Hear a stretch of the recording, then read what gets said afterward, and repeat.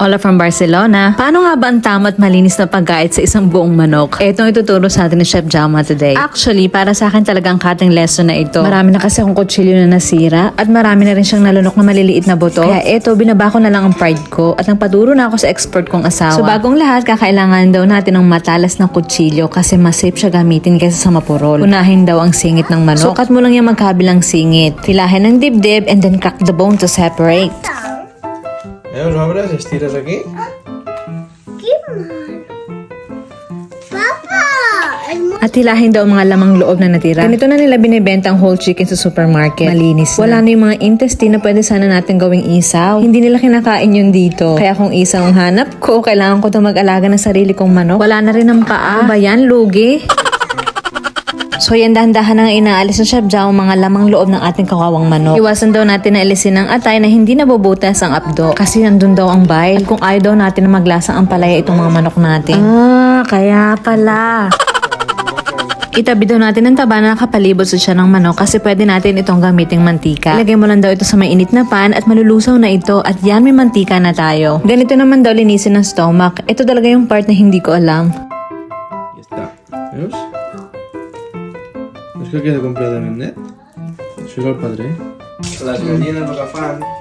So yan, na-separate na natin ang mga lamang loob na pwede natin pakinabangan. So let's move on to cutting our chicken into pieces na. Mukhang madali lang naman talaga. I-dislocate or babaliin lang daw natin ang mga buto-buto. At i-fill nyo lang ang mga joints ng bawat parts ng ating manok para sa mabilisang paggagaya. Mukhang mabagal lang talaga si Mister kasi tinuturuan niya tayo today. Pero nakita ko itong sa Chef Jama na kaya hiwain ng manok in 1 minute.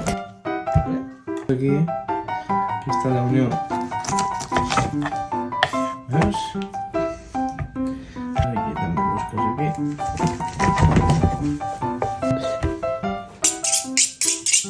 Es talla per darrere, es petxuga possible, veus? Veus?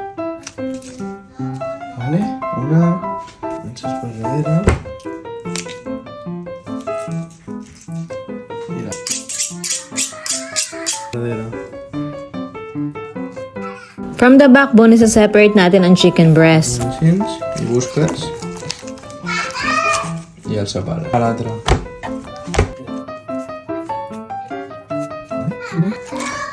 Vale. La part de dalt, a l'estirón, posem la mà i estirem. I ara tenim la petxuga. Ngayon lang nabanggit sa akin ni Mister, naniniwala din pala sila sa Lucky Bone. Namana kaya natin sa kanila to? Kala ko sa Pilipinas lang ginagawa to. I'm the lucky one.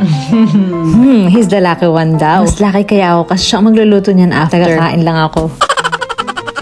So yan guys, nahiwa na natin lahat. Yung mga buto-buto at backbone ang gagamitin namin para gumawa ng natural chicken broth na may halong gulay. Ang paborito ng mga bata. So hanggang dito na ang video natin for today. Sana may natutunan kayo. Adios!